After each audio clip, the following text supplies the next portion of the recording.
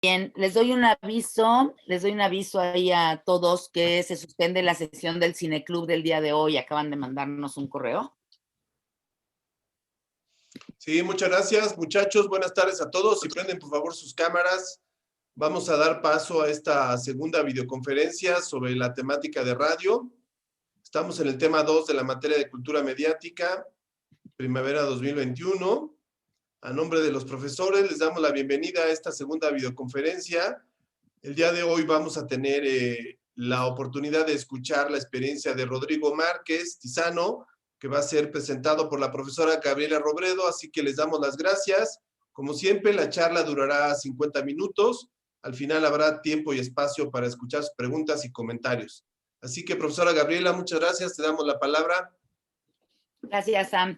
Hola a todos, buenas tardes. Bueno, vamos a arrancar el día de hoy con hablar un poco más de radio. Tuvimos ya una conferencia muy interesante la semana pasada, me imagino que estuvieron la mayoría, con Gaby Barquetín, que, bueno, básicamente nos habló de su historia vinculada a radio y sobre todo en últimas fechas vinculada a una radio comercial, a la W, que es un ejemplo de radio comercial en nuestro país. Quisimos que esta segunda charla tenga más que ver con algunas formas alternativas de hacer radio, con algunas otras plataformas en donde también se pueden hacer cosas o se hacen cosas diferentes y que la radio puede servir pues para otras cosas también, o puede haber espacio para otro tipo de manifestaciones. Entonces, bueno, les voy a presentar ahorita, les voy a enseñar nada más, hablar unos cuantos minutitos de la radio comunitaria o de la radio que de alguna manera se dedican a hacer algo de servicio social para las personas, pero les voy a presentar a nuestro invitado el día de hoy. Él es Rodrigo Márquez Tizano. Tizano es escritor, editor y profesor. Ha trabajado como editor en jefe de la revista Vice en México y Argentina. Es fundador de la Dulce Ciencia Ediciones. Es una casa editorial especializada en boxeo. Escribió el guión de la película Bayonetta, una película de 2018, y el libreto de la ópera Dos Palomas a Volar, que se estrena en el Teatro Colón de Buenos Aires en la temporada 2021 de ópera, justamente. Eh, Tiene un máster en escritura creativa por NYU, por la Universidad de Nueva York, y está cursando el doctorado en letras en la Universidad de Cornell. Su última novela de título que lleva por nombre Yakarta en 2016 y la que está por aparecer este año, Deshuesaderos, han sido editadas por Sexto Piso. En esa misma casa editorial coordinó y editó el libro La breve historia del Llamerito, un recuento del paso de la selección mexicana por los mundiales. Y en radio, que es el tema sobre el que vamos a platicar con él, ha trabajado en ABC Radio, en WFM, en Ibero 90.9, que es algo de lo que queremos que nos platique, de su paso por 90.9 y qué programas hacía ahí o de qué estaba encargado ahí. Y bueno, recientemente el programa Dejen todo en mis manos en Convoy Network, Radio Convoy, y actualmente grabando para Spotify un programa de fútbol que se llama La Voz del Estadio, hasta donde tengo entendido, por ahí anda, ¿no? La paso, pero bueno, con muchos programas también acá en 99, que ahorita nos va a platicar de ellos y cuáles eran las temáticas o contenidos de estos programas. Les decía que un poco esta charla es ver un poco desde otro punto de vista la radio. Y parte de esto es esta radio comunitaria de la que yo les estaba hablando, ¿no? Es una radio que a lo mejor se encarga de resolver problemas sociales en algunas comunidades o que toca temas que tienen que ver más con la educación, la ciencia, la cultura, el deporte. Hay en muchos lugares del mundo. En México hay una radio, me llamó mucho la atención enterarme que había un radio Teocelo en Veracruz que tiene más de 40 años al aire. Desde 1965 está funcionando y hay un proyecto bien interesante de este tipo de radios en nuestro país que también tiene que ver con un proyecto que se llama Ecos Indígenas, La Voz de la Diversidad, y son radios que transmiten en muchas lenguas, en maya, en náhuatl, en purépecha, en zapoteco, en mixteco, etcétera, todo esto, ¿no? Entonces, hay un mundo también distinto de la radio que nosotros conocemos y ubicamos siempre. Hace unos cuantos meses, si no me equivoco, en noviembre, tuve la oportunidad de participar en un programa eh, que se realizó con el fin del primer aniversario de una decisión de un juicio en los campos algodoneros de Chihuahua, en donde se hizo un juicio en contra del Estado mexicano, eh, diciendo que por todo esto de las muertas de Ciudad Juárez, etcétera, que el gobierno no protegía a las mujeres de manera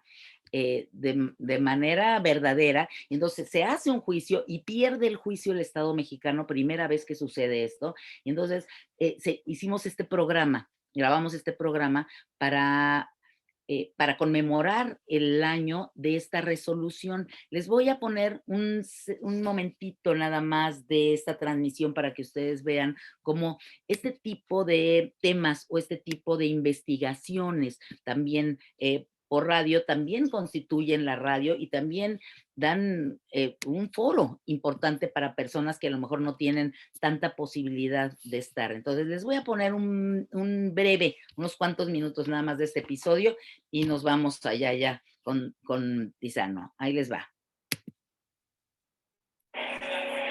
La Corte decide, por unanimidad, aceptar el reconocimiento parcial de responsabilidad internacional efectuado por el Estado en los términos de los... La discriminación que nosotras vivimos, como decimos, es, digamos, normal casi, y lo que esta sentencia nos dice es, a ver, no, esto que está viviendo México no es normal.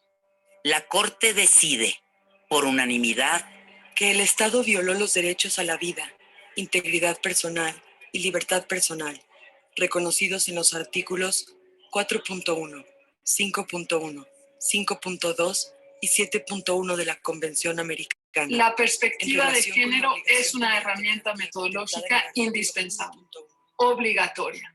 Y la sentencia es ejemplar en ese sentido, cómo va haciendo el análisis para lograr las consecuencias que plantea en las disposiciones de la sentencia. La Corte decide, por unanimidad, que el Estado incumplió con su deber de investigar y con ello su deber de garantizar los derechos a la vida, integridad personal y libertad personal, consagrados en los artículos 4. Las madres la desaparición de sus hijas. Las autoridades locales solo realizaron las actuaciones formales e incumplieron, por tanto, con la obligación de una debida diligencia para su búsqueda. La eficiencia o ineficiencia de las políticas públicas contra la violencia de género no está reflejada solo en documentos y discursos. Impacta en la realidad diaria de miles y miles de personas. Esta sentencia constituye, per se, una forma de reparación. Es un avance, digamos, que se reconozca que las mujeres somos asesinadas por ser mujeres y que hay componentes específicos, razones de género específicas que pueden acreditar ese delito. Dicen que una vez hubo mar en esta tierra. Las huellas del esplendor de su vida prehistórica contrastan con su presente.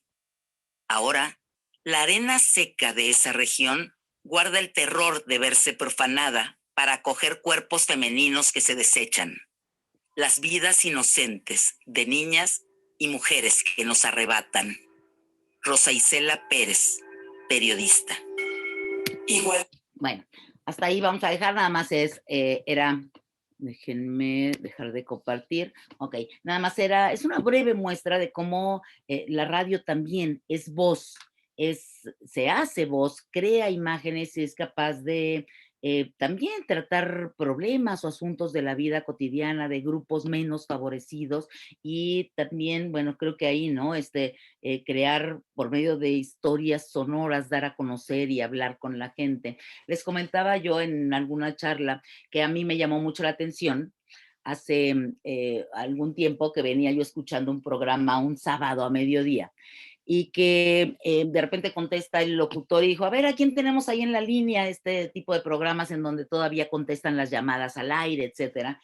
Y de repente contesta un señor y le dice, buenas tardes al locutor, y el locutor le contesta y le dice, ¿cómo está, don José? ¿Cómo sigue de esa gripa? ¿No? Yo me venía muriendo de risa de ver cómo puede haber tal cercanía entre un locutor y su público, de preguntarle cómo sigue. Seguro había hablado la semana anterior y le había dicho que estaba enfermo, y cómo el locutor se acordaba de quién es esta persona, que seguro ha de haber sido un asiduo escucha de ese programa, que era además un programa de oldies, era un programa así de canciones viejitas, y le dijo, bueno, pues qué bueno. El señor se pone a charlar y le dice, pues ya estoy mucho mejor, fíjese que sí, ya salgo. Le seguía contando, y de verdad como la radio puede ser incluso compañía, ¿no? También nos decía Gaby acerca de la radio en pandemia, tener la posibilidad de tener ahí esta compañía para las personas mayores, etcétera, ¿no? Entonces, bueno, son muchas diferentes perspectivas,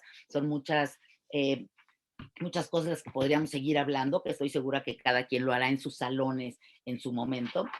Pero bueno, vamos a escuchar entonces a Pisano, que nos platique un poco para ti. Bueno, primero, si quieres, comenzamos por acá y ya vemos si es necesario. Al final abriremos una sesión de preguntas y respuestas con los chicos. Vamos leyendo las preguntas para que tú la vayas contestando, que creo que esto siempre es más ameno, más agradable de esta forma. Pero bueno, tu paso por Ibero y por 99, porque me parece que de ahí surge todo tu camino en la radio en particular, ¿no? No realmente. Pues ya, yo desde antes de entrar a la universidad ya estaba, bueno, antes que nada, saludos a todos, buenas tardes, gracias por conectarse. Yo soy Rodrigo. Yo desde la secundaria, desde la prepa, es más, ¿no? Ya estoy como estos que dicen, no, mi primera novela la escribí cuando tenía 8 años. No, pero en realidad siempre jugué a la radio, ¿no? Me interesaba mucho. Con una grabadora, ¿no? Grababa, metía canciones, hablaba, estaba con mis amigos, ¿no? Era esa época de la radio donde, bueno, que la definían como el choro, rolita, choro, ¿no? Es decir, entrabas, pensabas que eso era la radio y nada, pues grababas, yo que habré ido 14 años, ¿no? Con mis amigos, tal. Después entré, justo me tocó la época donde empezaron a transmitir las estaciones por internet, que eran estaciones que, no sé, que se podían conectar a la señal 50 personas, 100 personas, y era lo máximo, y a veces ni las llegábamos.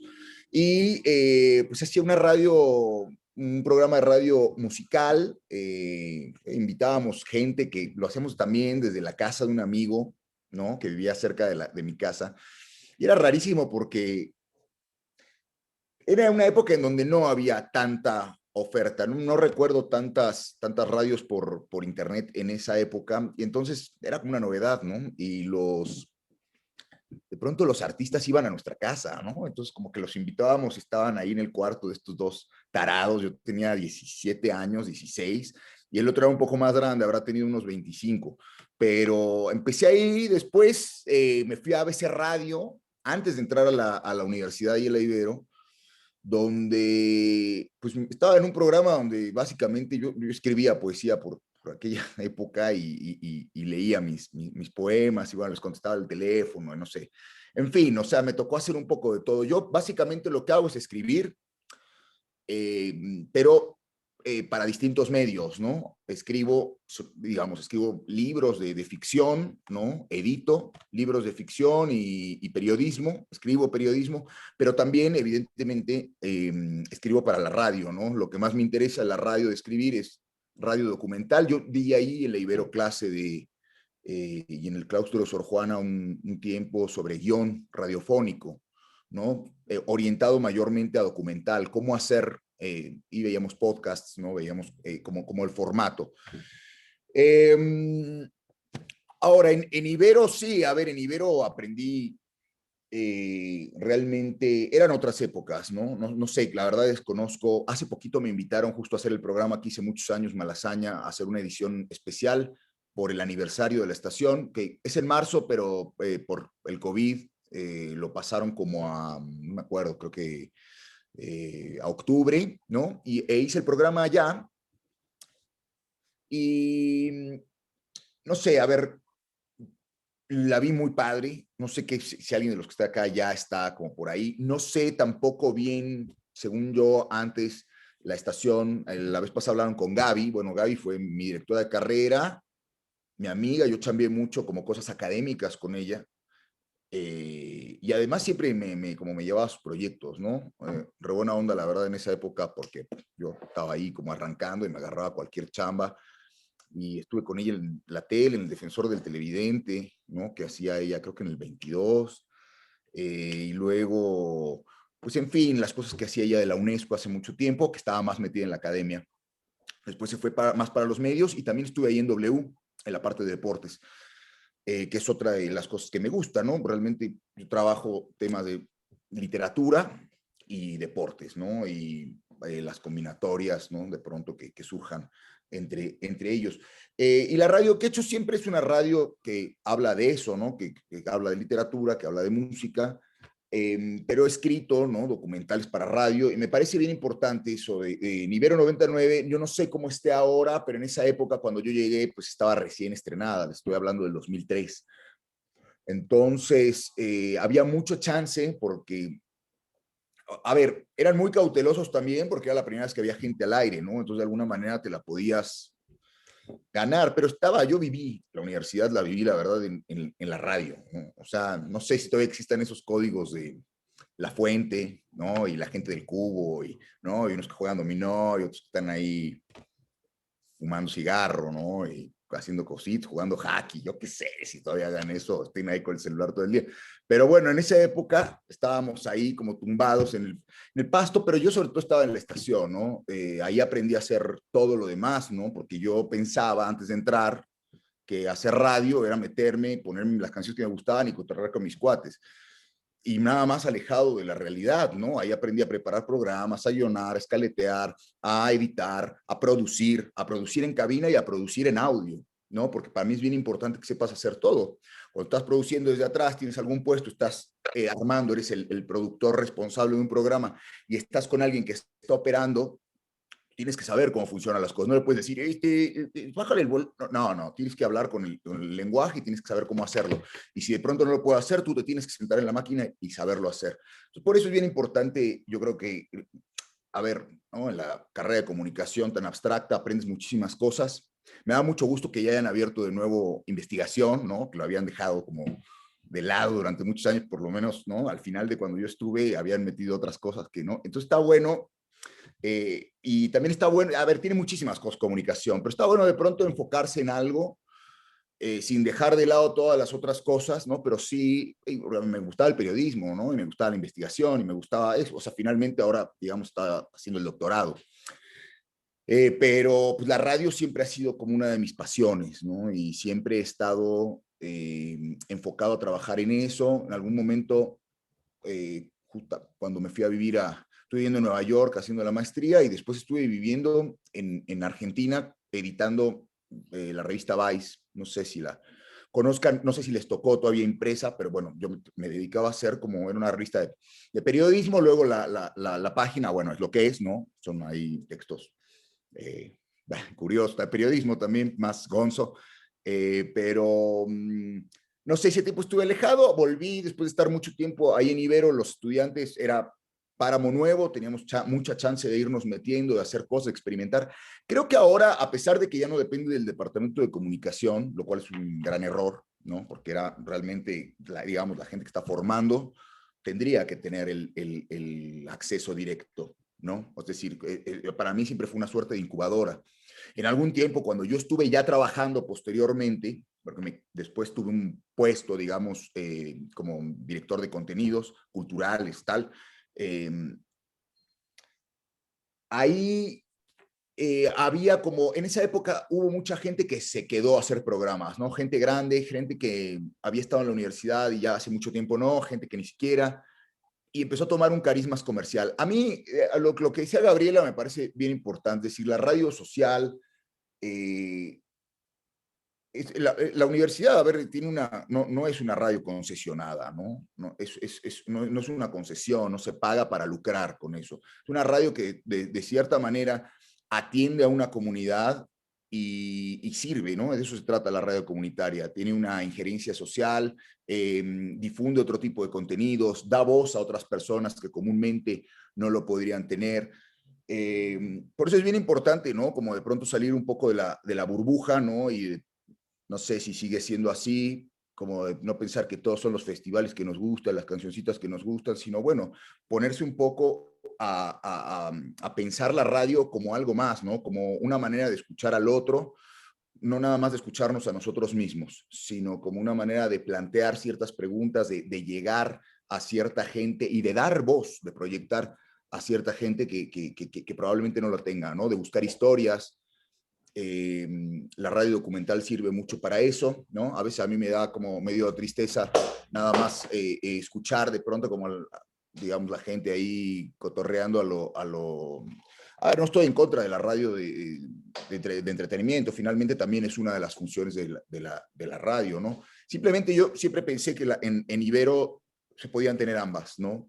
Una radio completamente orientada al entretenimiento en una universidad a mí no me vale, porque tienes una biblioteca, tienes una planta de maestros, tienes...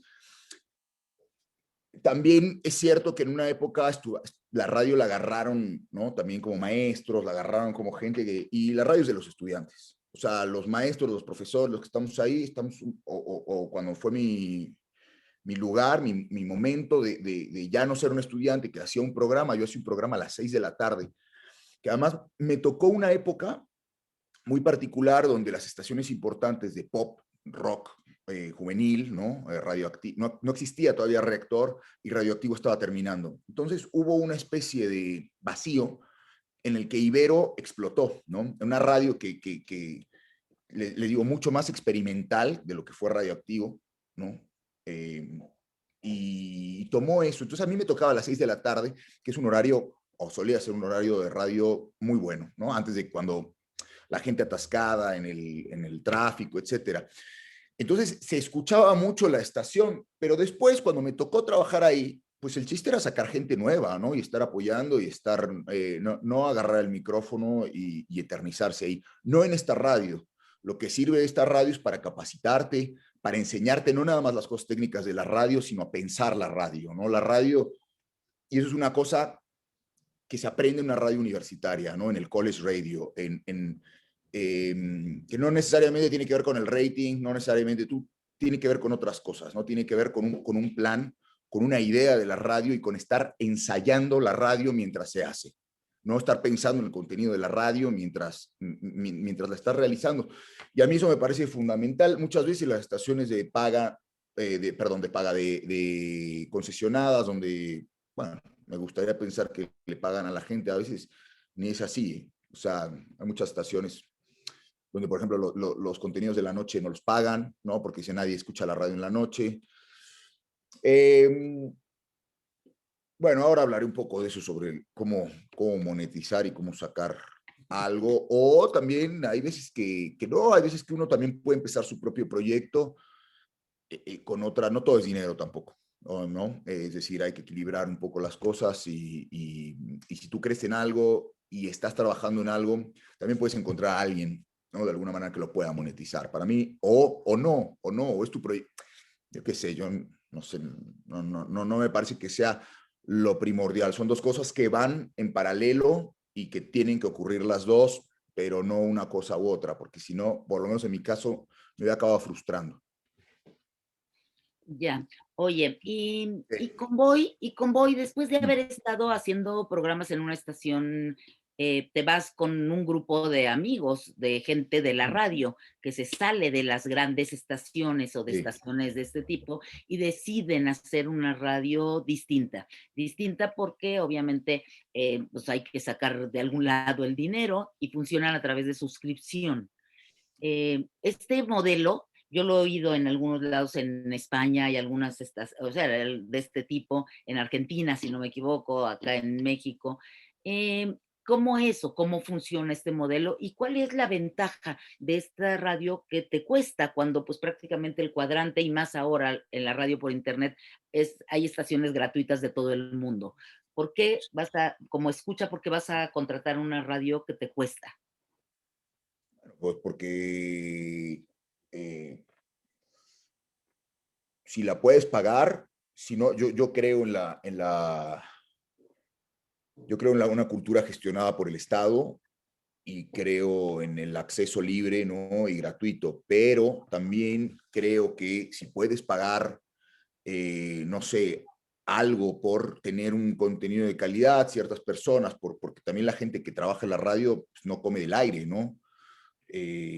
¿No? A mí me gusta mucho, en un principio, por ejemplo, los diarios, ¿no? Que las suscripciones eran carísimas.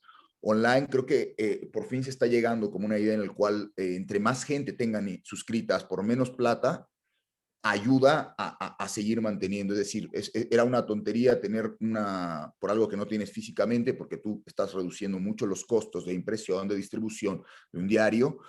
Y al principio, cuando empezaron las suscripciones digitales, eran simplemente un sucedáneo. Entonces, en un sector tan golpeado como en el periodismo, es necesario, ¿no? Porque si no, ¿qué haces? Tienes noticias de mala calidad, no tienes gente en la fuente, no puedes, las historias tardan en hacerse, ¿no? La radio buena tarda en hacerse. Convoy es un caso muy particular. Bueno, antes de eso, allá en Cornell, durante el doctorado, fíjense, para que vean como otro tipo de cosas para las cuales sirve la radio, ¿no?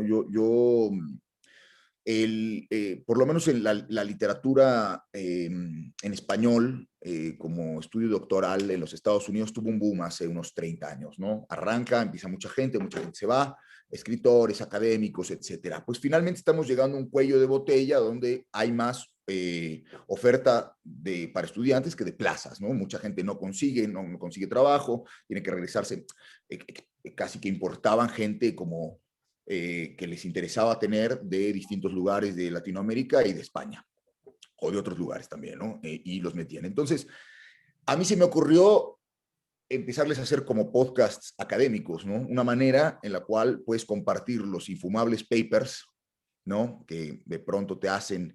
Y la idea era hacer y que tú haces, ¿no? Como una máquina de salchicha para ir escalando en el ecosistema de la academia, que pues los que saben, ¿no? Pues es una cosa así como a veces medio ilógica, ¿no? Donde con un solo marco teórico la banda empieza, nada más cambias 3 cositas y bueno, vas sumando puntitos, ¿no? Entonces, bueno, para eso sirve también, ¿no? La radio. Sirve para todo, es un medio, ¿no? La radio quiere decir el audio, ¿no? La producción de audio, pensar en audio. Evidentemente no nada más es un tipo leyendo, sino que vas llevando con música, con algún efecto, sin cargarlo como si fuera promo de WFM, ¿no? Pero llevándolo con ritmo, acompañando, con entrevistas, con citas, en vez de citar, ¿no? Citas a la persona, ¿no? Entonces, bueno, tiene otra.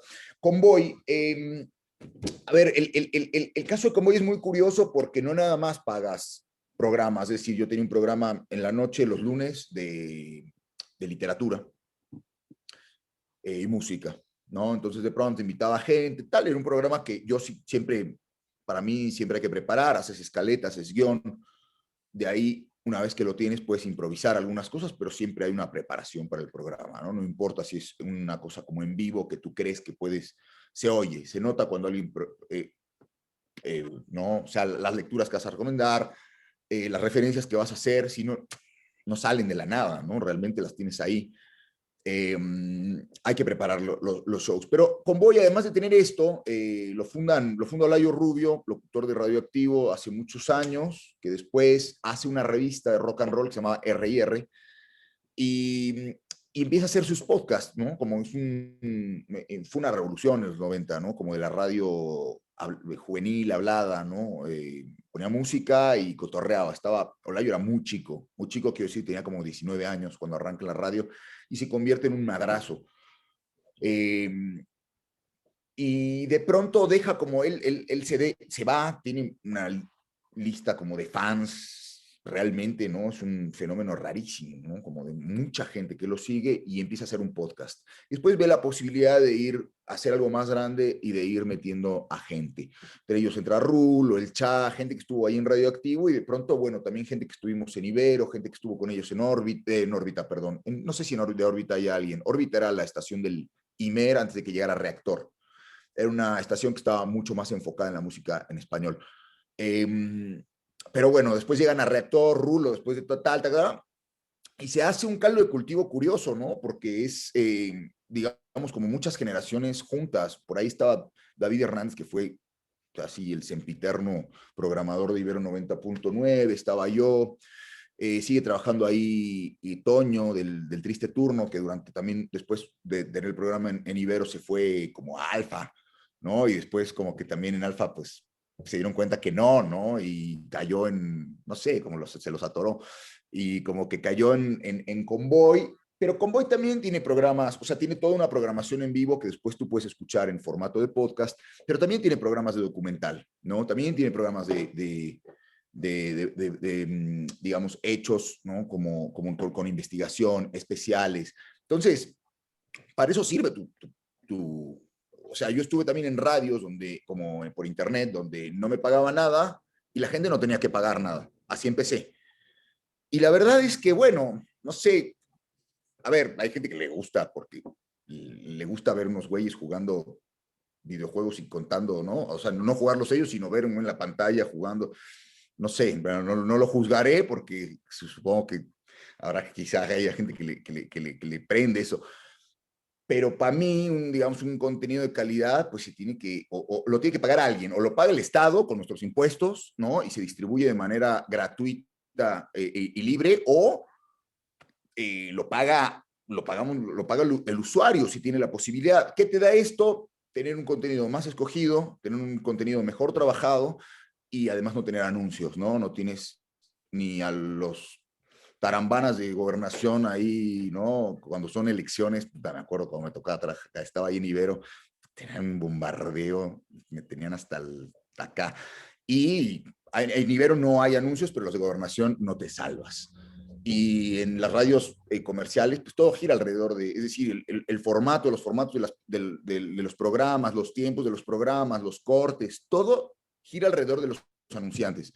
¿Qué pasa aquí? En Argentina hay una muy, muy buena que se llama Congo FM, y en España hay otra muy buena, ya que mencionas, que se llama Gladys Palmera. Las dos tienen este formato, tienen unos programas bien chingones. Gladys Palmera lo hace gente que estuvo en Radio 3 muchos años, que es la radio musical de Radio Nacional de España, es decir, viene de la radio pública, ¿no? Radio pagada por todos. Y en Argentina, no, en Argentina sacan una radio del aire y Clemente Cancela, que era el de la mañana, decide formar su propia, igual, ¿no? Un poco como Layo. Clemente Cancela, que era el de CQC, Caigan que Caigan, durante muchos años, y que después estuvo también con el tipo este de Vorterix, otra estación como de paga, que ahora es el vicepresidente de Boca Juniors. Allá toda la política y todos los medios pasa, ¿no? Tinelli, que el gran jefe de los medios es el presidente de San Lorenzo. Bueno, en fin, me estoy desviando, pero nada, eso. O sea, está bueno. A mí, para mí, si se pueden dar el lujo, hay muchas estaciones que hacen eso. Yo creo que sí, ¿no? Porque se gastan más en una ensalada en el Cubo de lo que pueden pagar al mes, es decir, no sé. Todavía no van al Cubo, Tizano. No, no existe. Son de primer semestre. Yo hablando, bueno, el Cubo es ahí la cafetería con unos precios medio estratosféricos, ¿no? Pero ahí, bueno, sí, claro, no conocen la fuente del Cubo porque son de primer semestre y están en sus casas. Lo siento, lo estoy antojando. Se la van a pasar muy bien cuando se vaya esto. La verdad, me divertí muchísimo en esa universidad y aprendí muchísimo en la radio y acérquense a la banda del departamento. O sea, no nada más son sus profe, sino de verdad yo conocí gente con la que sigo chambeando y sigo colaborando, no se aíslen, no vale la pena. Son 4 años, o bueno, un poco más, y son medio vagos como alguno, pero te la pasas, no nada más te la pasas bien, sino en el mismo aprendes, conoces gente con la que vas a seguir chambeando, No así como de, ay, bueno, te conectas. No, no eso, no, no. Conoces gente con la que después puedes confiar para trabajar, para tener una discusión, para proponer proyectos. Es bien difícil hoy en día que te llamen de un medio. O sea, si ven los grandes nombres, ya ni siquiera están o muchos grandes nombres. Javier Solórzano hace años que él tiene su propio canal, ¿no? Que era un tipo que en mis tiempos, ¿no? Era como uno de los chingones de noticias. Es decir, mucha gente, ¿no? Aristegui mucho tiempo también estuvo afuera, va cambiando por ciclos de gobierno, etcétera, pero pues no se espere, ¿no? Nadie los va a llamar así como de amiguito, vente a chambear ahora, tengo tu programa, sino tienes que empezar a desarrollar cosas tú solo, con tus amigos. Yo creo que eso tampoco ya se los tengo que decir. Eso es una cosa que nos decía mi generación y yo creo que había muchos que sí lo hacíamos y muchos que no, que estaban esperando a que los llamaran. Algunos los llamaron, otros nada. Suerte, ¿no? Yo creo que ahora pues, la banda, los chicos, los chavos, ya suena como un señor, ¿no? Pero yo lo soy. Pero yo creo que ya hacen de por sí sus cosas, ¿no? Sus revistas, los podcasts, contenido en redes. Pero bueno, son chavos de universidad. Está muy bien si son TikTokers, ¿no? Pero pues métanle más cable, ¿no? O sea, vamos a hacer algo que nos divierta. A mí me encanta el desmadre, me encanta la diversión, pero también que nos deje algo, ¿no? Como sociedad, que nos ayude un poco a entender al otro y a ver otras realidades.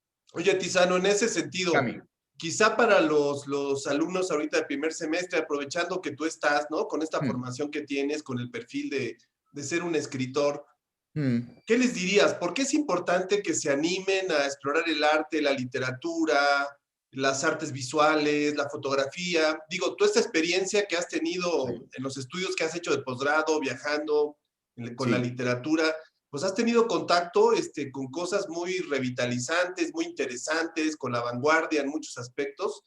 ¿Qué les dirías de por qué es tan importante que un estudiante de comunicación pueda entrar en contacto con terrenos como el literario, que a veces parece muy lejano? Sabemos que tiene que ver con la vida de cada quien, con decisiones, con su historia, pero cómo esto nutre la imaginación de un estudiante que le puede abrir posibilidades a futuro, como fue tu caso. No, pues yo creo que es muy sencillo o sea, a ver, la recomendación es, no sé, es un hábito que te formas, ¿no? La lectura y que muchas veces viene de casa, pero nunca es tarde si no lo tienen incluido y no lo tienen tenemos una biblioteca muy cabrona y no sé si está abierto o no, pero no sé, a ver, no nos hagamos, se nota, ¿no? Cuando hay una persona en los medios, no nada más en las ideas que propone, sino hasta en el vocabulario, ¿no? Es decir, cuál es su relación con la literatura, con el arte. Eso te abre la cabeza, te pone en otro lugar. No solo viajar te abre la cabeza, porque yo creo que hay distintas maneras de viajar, de trasladarse, de entender las fronteras, de entender, ¿no? los trayectos que tienes. Y eso, pues, yo creo que de buena manera te va amoblando, ¿no? Te va llenando la cabeza, ¿no? Te la va rellenando un poco y vas combinando. Es decir, yo creo que hay dos horizontes, ¿no? Dos perspectivas. Uno, el que estás, digamos, en tu día a día trabajando, pero no puedes entender el periodismo si no entiendes la literatura. La televisión, las series, lo que quieras hacer, las películas, ¿no? Me toca trabajar mucho con cineastas, con gente ¿cómo se llama? De medios audiovisuales, ¿no? Con proyectos que tengo con amigos en los cuales yo colaboro casi siempre desde la parte o de la investigación o de la escritura, porque no hacía cine yo en la universidad y no te agarro una cámara ni por error. Pero sí se nota, ¿no? Con quién puedes ir entendiéndote y quién tiene como una perspectiva más amplia y quién no. Y yo creo que no diría no diría tanto como hacer la moraleja de que leer te hace mejor persona, pero sí te hace ser más consciente de lo que sucede a tu alrededor, ¿no? Es una manera fácil bueno, fácil no sé, pero es una manera accesible, ¿no? De desarrollar una empatía por historias del otro, las historias de los otros, es decir, lo más cercano que vas a sentir lo que es haber sido una víctima del Holocausto leyendo a Primo Levi, ¿no? Y de otra manera es muy difícil que lo llegues a entender, aunque veas las películas, aunque para mí por lo menos el acercamiento es ese. Entonces te desarrolla una empatía y unas ganas de entender al otro y de contar las historias del otro y de salirte un poco de ti mismo, ¿no? Como o es una manera también de explorarte a ti mismo a través de los ojos del otro que te está prestando con la lectura, ¿no? Con su literatura.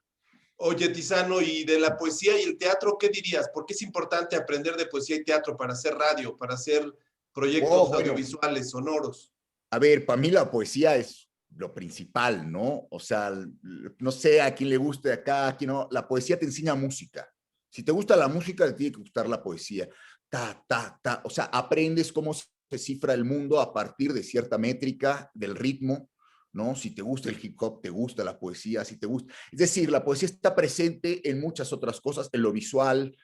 Y el teatro para mí te enseña, a ver, es una parte fundamental, ¿no? Hay radioteatro, hay, bueno, la gran tradición que hay en América Latina de la radionovela, ¿no? Y el teatro te enseña, a ver, el teatro es una manera de ensayar con diálogo, ¿no? Y para mí es bien interesante cómo finalmente la radio, gran parte de la radio es diálogo, ¿no? Aprendes a dialogar, aprendes a ir exponiendo tus ideas. Muchas veces en los ensayos, ¿no? Falta, o en algunos tipos de ensayistas falta como esa especie de bajada. En la radio siempre hay una, perdón, en el teatro siempre hay una idea detrás que después, bueno, hay una parte escénica, hay una parte, yo me estoy refiriendo a la dramaturgia, ¿no? A la escritura, a la puesta en escena es otra cosa, es un medio que se involucra mucho. A mí, por ejemplo, el interés que fui desarrollando después, ahí cuando estuve en Buenos Aires por la ópera y por tal, bueno, y en Nueva York, desde ahí, vino desde el teatro, ¿no? Yo acá, pues, la ópera, o sea, el próximo año, por ejemplo, me voy a Noruega a hacer una ópera, ¿no? 3 meses a Bergen, lo cual está buenísimo, y eso a mí me llegó, el libreto, yo no soy compositor, pero de música, pero a mí me llegó eso, por la poesía primero y por el teatro después. Entonces, para mí, y eso lo puedes llevar a audio, ¿no? Tengo el proyecto más adelante de hacer una radionovela así como con folies en vivo, con cosas, ¿no? Con una musicalización en vivo, algo de negro, ¿no? De detectives, como haciendo un homenaje a toda esa vieja radio que se hacía en estudio, con público en vivo, los actores leyendo en vivo.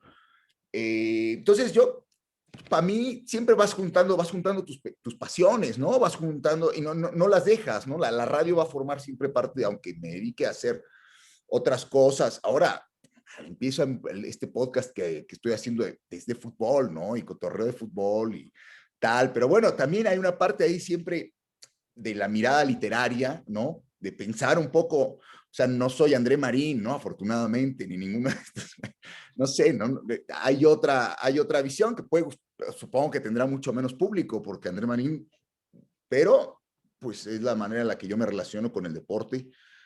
También el lado de la literatura, me parece que hace siempre falta un poco de apuntar a lo popular, ¿no? Y a los fenómenos, o sea, más Monsiváis, y está bien, Borges es mi héroe, pero el acercamiento, ¿no? Como decía Galeano, ¿no? Esta cosa que me gustaba mucho, que a Borges todo lo popular le daba grima, ¿no? Todo lo popular y todo lo que conllevara amor.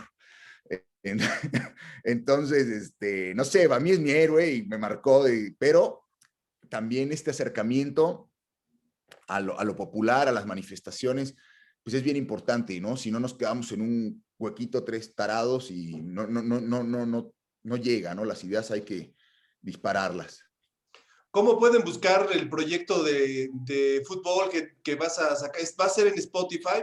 Sale en Spotify, lo está produciendo Spotify y Juan Fútbol, que es una página que además Juan Fútbol es bien curioso porque está como diseñada, o sea, el público es como más joven, son noticias muy gráficas, muy chicas, numeralia, tienen una voz como muy juvenil, son puros chavos los que hacen o sea, quien dirige es, bueno, Mike y Santi Cordera, pero todos los que lo hacen, pues son, no sé, deben de estar son un poco más grandes que ustedes.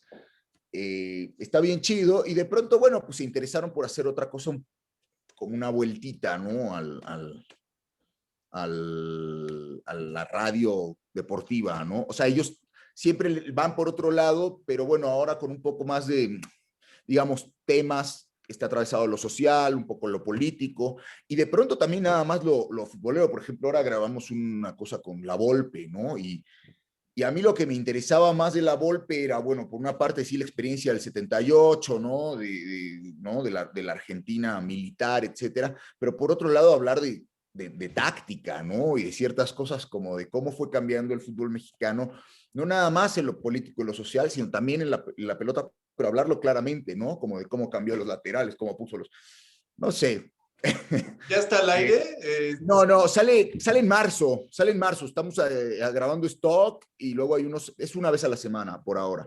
Muy bien. Si nos puedes compartir tu cuenta de Twitter o cómo te Sí, gustaría, si alguien te quiere contactar. RM Tizano en Twitter y también en Instagram. RM Tizano. RM Tizano, Rodrigo Márquez Tizano, sí. Muy bien, pues adelante, Gaby, con las preguntas, si hay comentarios. Sí, déjame, RM Tizano, lo voy a poner ahí para que lo vean. Y acá hay una pregunta para ti, Rodrigo. ¿Cómo ha contribuido tu experiencia internacional a tu trayectoria? ¿Cuál es la diferencia de trabajar en otros países a solo trabajar en México?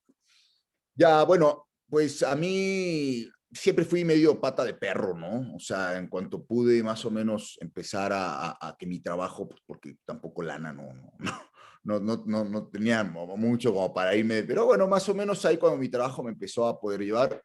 La primera vez que me fui a vivir fuera fue justo saliendo de la universidad, que me gané una beca para estar un año en Córdoba, en España, para trabajar una novela, una fundación que se llama Antonio Gala, como para jóvenes creadores. Y después, bueno, en México también, ¿no? Para bien y para mal, somos muy, digamos, los que nos dedicamos a la escritura o a cualquier arte u oficio relacionado ¿no? con el arte, pues dependemos mucho del Estado, ¿no? O dependíamos, ¿no? Porque ahora está ahí medio tambaleante la parte de cultura. Pero yo creo que a mí me ayudó mucho eso, ¿no? Y tener experiencia afuera y darme cuenta que aquí, pues bueno, está, o sea, aquí está buenísimo y me encanta siempre volver y trabajar y siempre tengo una pata acá.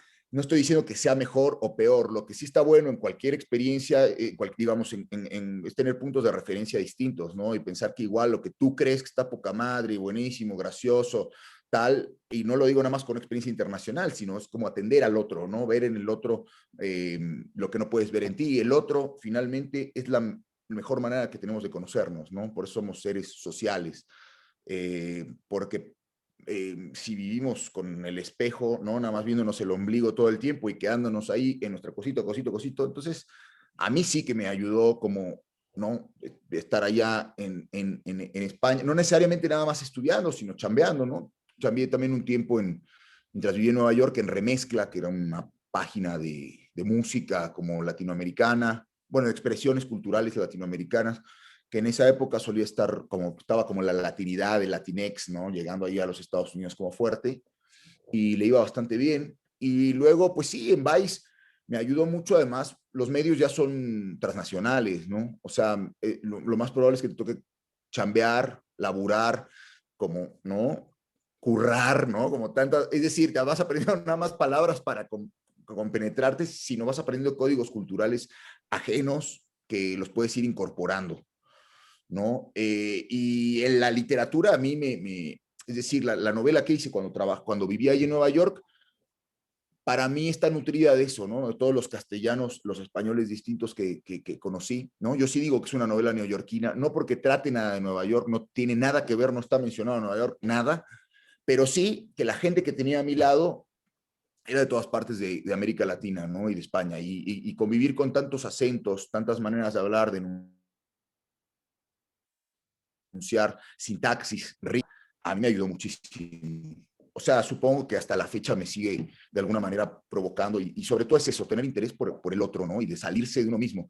Uno si hablamos, ¿no? En términos filosóficos, es imposible salirse de uno mismo. Y eso, lo que decía Sam hace rato, ¿no? Probablemente la lectura sea lo que yo he encontrado. Para otros será el arte contemporáneo, para otros puede ser la danza, para otros las artes nos sirven un poco para eso, ¿no? Para desarrollar cierta empatía y para salirnos de nosotros. Ok, si alguien tiene alguna otra pregunta, estamos sobre el límite del tiempo, son las 5:50, que es la hora a la que terminamos, pero si hay alguna otra, pues la contestamos rápidamente. Si no, pues creo que... Bueno, a mí me gustaría preguntarle a Tisano, de la radio que has escuchado allá en Estados Unidos, ¿qué radio te ha gustado? ¿Qué nos recomendarías? ¿Qué sugerirías? No sé, la radio pública, la radio universitaria, la radio comercial. No, yo escuchaba, bueno, pues escuchaba mucho KCRW, ¿no? Que me parece, y NPR, ¿no? La radio pública estadounidense que tiene estos programas, seguramente ustedes conocen, ¿no? Dice American Life, proyectos más de documental. Por ahí está también Radio Ambulante, que es una radio de latinoamericanos, la hace Dani, que es un escritor peruano-americano de hace muchos años. Es una radio de docus, ¿no? A mí me gusta mucho esa radio, tiene un gran trabajo. Por ahí están también haciendo como un news daily con Ezequiel, con Budasov, ¿no? Que pues ahora creo que se fue, creo que está en El País, estuvo en el New York Times, fue el editor del New York Times en español mientras estuvo en México y ahora está chambeando para El País como editor, sigue acá en México, es un periodista argentino bien interesante lo que hace. Me gusta mucho los documentales de ahí, de Radio Ambulante. Yo escucho mucho Radio Nacional de España y escucho una radio que se llama Malena, que es más musical en FM, que es del hermano de Calamaro, de Javier Calamaro, que es músico de tango. Y es una radio bien curiosa porque tiene toda, no es como la 2, es una estación de tango, pero no es como la 2x4 o las estaciones de tango más tradicionales, que toda la imagen sonora de la estación es como tanguera, vieja. Es como una imagen rockera, rara, como medio desaforada, y ponen tango, ¿no? Goyeneche, clásico, algunas cosas muy nuevas, pero sobre todo la imagen, ¿no? Y no hay locutores, solo hay como intervenciones de pronto grabadas de Adriana Varela, La Gata, que es una tanguera así vieja. La neta está buenísimo. Órale. Oye, y de México, Tisano, ¿qué le recomendarías a los muchachos? De lo último que has escuchado. No, sí, Además a del ver, fútbol, de lo que ya me parece que están haciendo, hay cosas buenas y cosas tan, o sea, échenle un ojo a la parrilla de aire libre, me parece que es como la de las pocas, o sea, en FM, yo diría que la única. Hace años que no escucho Reactor, la neta, sería yo, cambia, Reactor es una estación que lamentablemente, como pasa en México, muchas veces no hay, es decir, cuando entra un nuevo gobierno, corren a todos y llegan, ¿no? Entonces así no se puede crear ni escuela, ni tradición, ni una radio que tenga una identidad. Si cada 6 años, y a veces en medio también sacan al gerente, al coordinador, entonces es una radio que pues llega el gerente, o sea, llega el director del IMER, mete a sus cuates, luego los de sus cuates meten a sus cuates, y bueno, es así, buenos, malos. Entonces, oye, ¿de Radio UNAM no has escuchado nada? Sí, cómo no, Radio UNAM, no sé si tú viste Diego Ibáñez ahí, que hacía toda la parte de la tarde, noche, estaba bien chingona. Bueno, y estaba Paquito, ¿no? Que era ahí también de Leibero. No, Radio UNAM lo que tiene en la tarde, muy buena, me parece. Bueno, y en la mañana también, si te gusta la música clásica, si te gusta la ópera, los domingos tiene un programa increíble en la noche a las 7. No, lo que hacen en la noche está muy bueno. La música está Ricardo Pineda también. No, sí, tienes razón. Se me había ido Radio UNAM, pero ya hay buenas cosas. Y fuera también, está No FM Radio, que tiene cosas chingonas por internet. Está Radio Nopal, que tiene gente buena también. Hay en México, hay. Lo que pasa es que la FM está llena, pues, como de puros programas de noticias, ¿no? Chayoteros, repetidores, de puros programas deportivos, de banda que grita así, todo el y a mí, pues eso me da fiaca, aunque me encantan los deportes, tú lo sabes, Sam, pero la neta, o sea, la aproximación me da un poco de hueva. Muy bien, Oye, hay que recorrer el cuadrante, ¿no? Hay que recorrer el cuadrante. De eso. Y buscar nuevas alternativas que no necesariamente estén ahí donde, ¿no? Muchas estaciones por internet, que seguramente si les gusta cierto tipo de contenido. Ibero, no sé la verdad, todavía ahorita qué programas siga, ¿no? Pero sigue por ahí el Bicisonor, que es increíble. Claro, Eso sí lo los sé domingos, porque luego los domingos. porque lo escucho los domingos de pronto al maestro Andrés, que ese es un programón. Y si les gusta también un poco la combinatoria, o sea, mucha gente, por ejemplo, que trabajó con el More, que seguramente ustedes ya lo conocen, después está trabajando nada más o sea, trabajó en cine, que ahora lleva el área de cine, ¿no? ¿O me equivoco? Pero No, también ya no, bueno, pero tiene el programa de radio, o sí lo tenía el tiene. programa de radio, pues así, o sea, la neta, hay programas de todo, de todos los gustos, no les tiene que gustar per se la radio, o sí, la radio les puede gustar, después pueden desarrollar el amor por la radio, pero igual hay un programa de teatro, como había en ese tiempo, Teatro Vodevil, y luego había otro que se llama Chantal Guedi, que eran programas de teatro y se acercaba a la gente que le gustaba el teatro, y yo ahora veo la gente que estaba en ese entonces chambeando en eso, pues está trabajando en teatro. Es una buena manera de hacer divulgación de lo que uno también le gusta hacer, ¿no? No necesariamente tienes que ser un apasionado de la radio y te vas a convertir en el próximo Larry Holmes, ¿no? Pero, ¿no? Yo qué sé. Bueno, pues muchas gracias, Gabriela, Rodrigo, gracias por la charla, por tu tiempo, que siempre eres muy generoso con este espacio. Gracias por compartir tu experiencia con los muchachos de Cultura Mediática. Por favor, ahora que saques la siguiente novela, avísanos para estar pendiente. Hagamos una presentación en la Ibero. ¿No has hecho presentación de la novela en la Ibero? No hice de la pasada, pero en esta sí, seguro que sí. Sale por ahí por septiembre, octubre. Listo, para ver si este año sí tenemos feria del libro. Órale, para organizarte, te ayudamos a organizarla acá con Bombo y Platillo. Buenísimo. Venga, un abrazo, muchas gracias, Gabriel. Gracias, chicos, hasta luego y gracias por escuchar mis necedades. Chao. Gracias. Gracias. Chao. ¿Algún Gracias. comentario? Gracias, ¿Algo? Rodrigo. Gracias a todos. Nos vemos pronto. Nos vemos, que descansen. Gracias, Gabriela. Gracias. Buenas tardes. Bueno, nada, Sam. Adiós a todos.